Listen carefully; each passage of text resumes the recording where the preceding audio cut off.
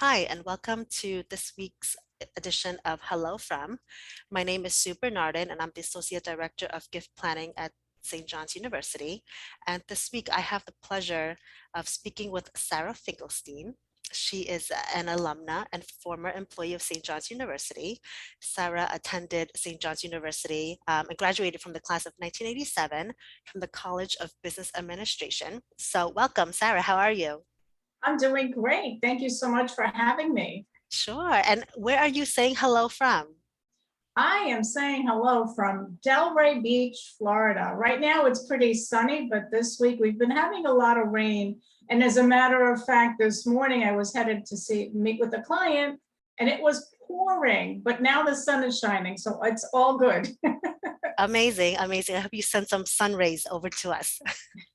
But I wanted to, welcome Sarah and sort of have her give you a little bit of a brief background of what she does. And, the first question I'm going to ask her is, why did you decide to attend St. John's University?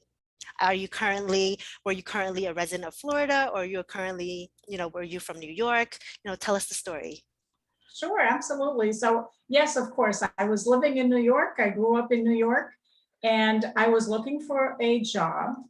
And it just so happened at the time that there was an opening at St. John's University in the registrar's office. And so I jumped on it. I took the job. I worked on campus full time.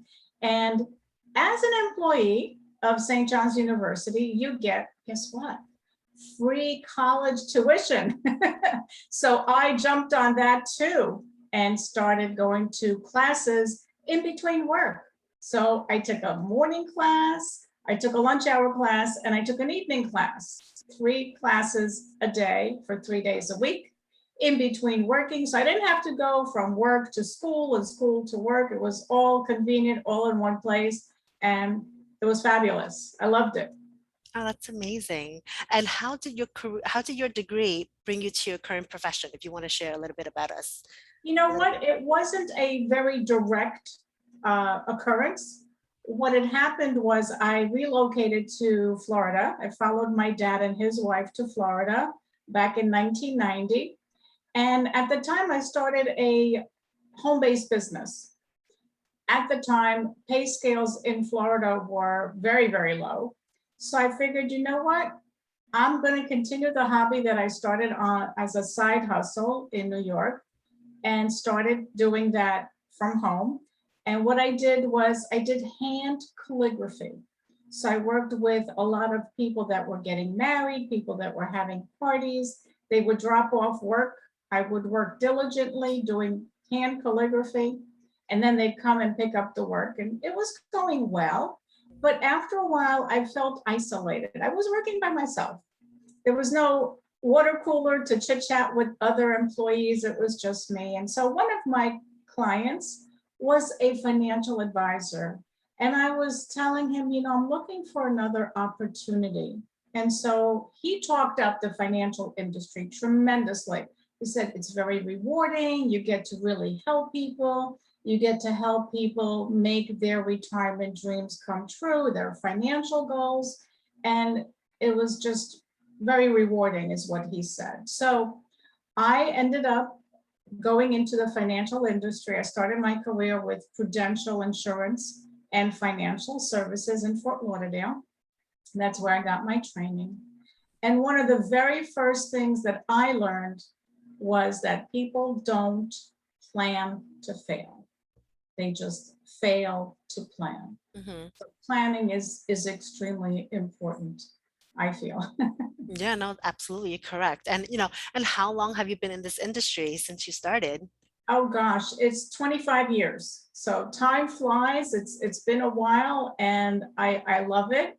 I'm a registered financial consultant, and not too long ago, I became a registered Social Security analyst, helping people to maximize their Social Security benefits. For many retirees, Social Security is a very important piece of their overall retirement plan. And there's ways to maximize those benefits that many people may not be aware of. So it's a great opportunity to help people.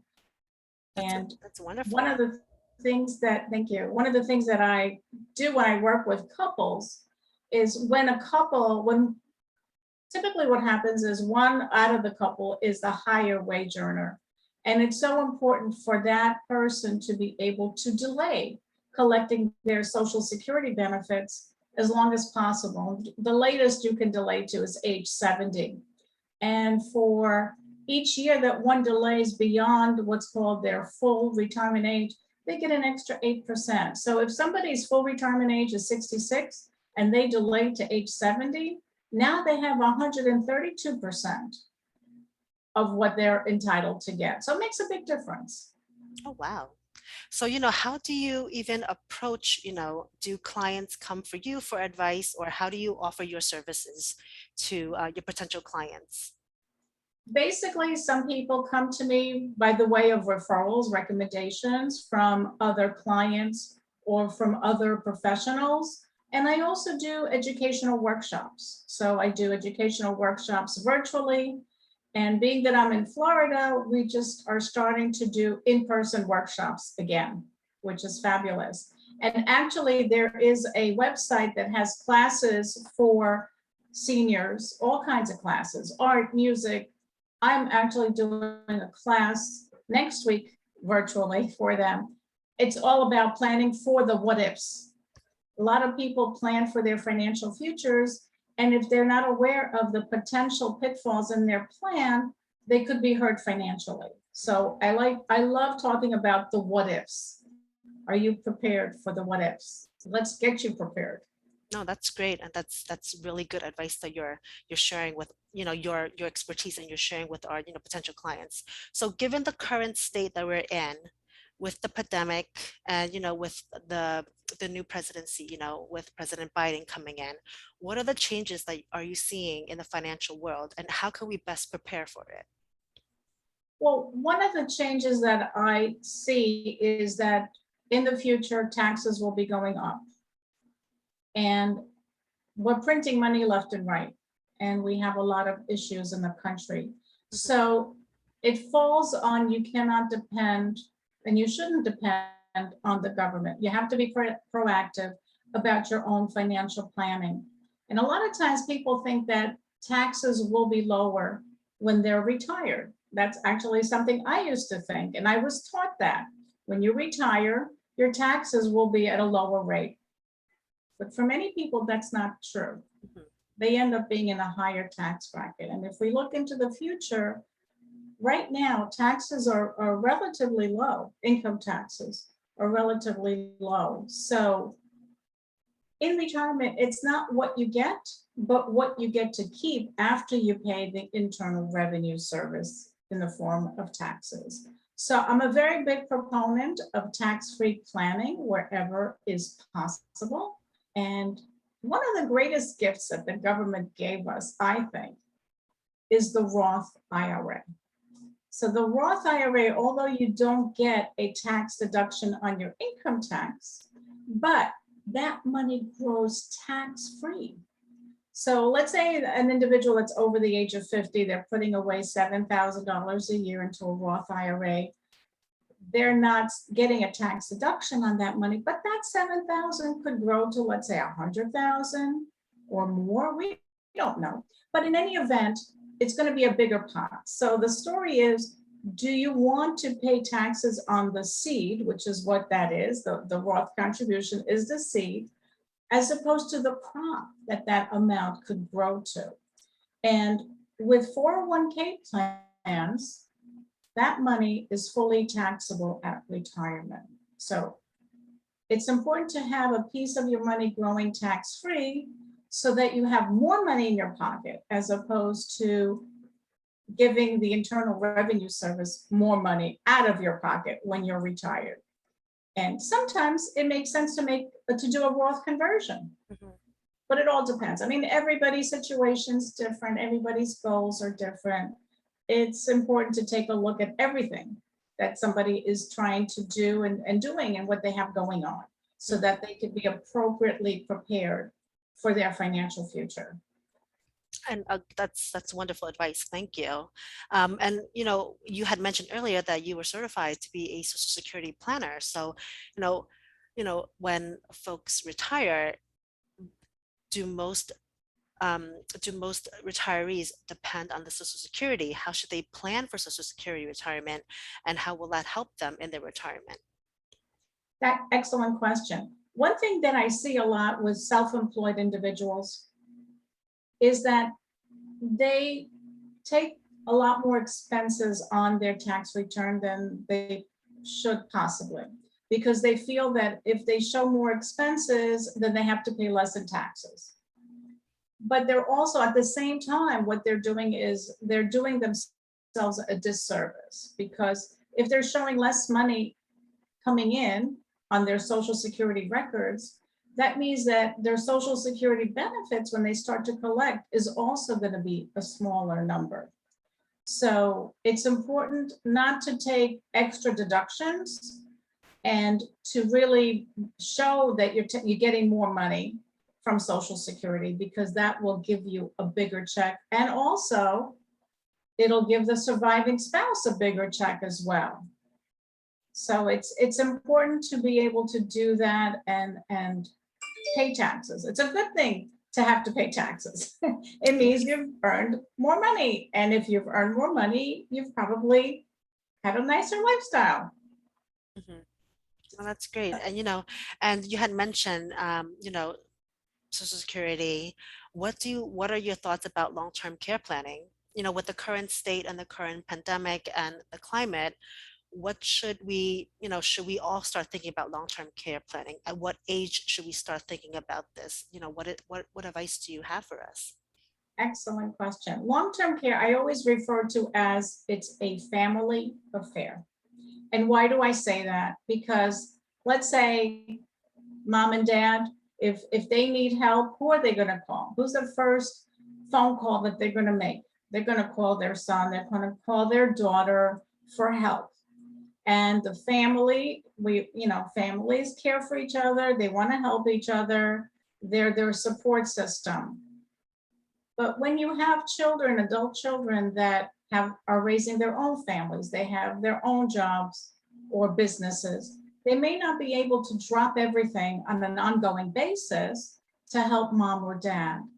But in America, there's about 34 million Americans that are informal caregivers. They're family members or neighbors or friends that are helping a relative with their needs for long-term care. And statistically, the needs for long-term care, it's a huge number. 70% of people over 65 will need long-term care at some point. That's 7 out of 10 people over 65. That risk is higher than getting into a bad car accident. That risk is higher than having a fire in one's home. It's huge. And unfortunately, not enough people are planning for it. Now, I started to plan for it because I had a family experience. My mom needed help, and I moved her down from New York to Florida, and she was in assisted living for 6 years. So I had a personal situation, a personal experience. And so the light bulb went off for me, and I decided, hey, this could happen to me one day. And so I decided to put a plan together, a written plan, so that I'm protected from that very great probability. And So, I think everybody should have that conversation with their relatives. mhm. Now that's a really good advice, and you never know when you're going to need long-term care. So that's great that you mentioned it. What advice do you give people that are starting to think about long-term care, starting to think about retiring, or starting to think about, should they, add to their Roth IRA? At what age and who should they come and speak to? Is it you? Of course, bring it on. Well, long-term care, I think anybody that's 50 and older should start to think about it very seriously. Because the younger we are when we get it, the more economical it is. The longer we wait, the older we get, when we begin to plan for it, the more expensive it becomes.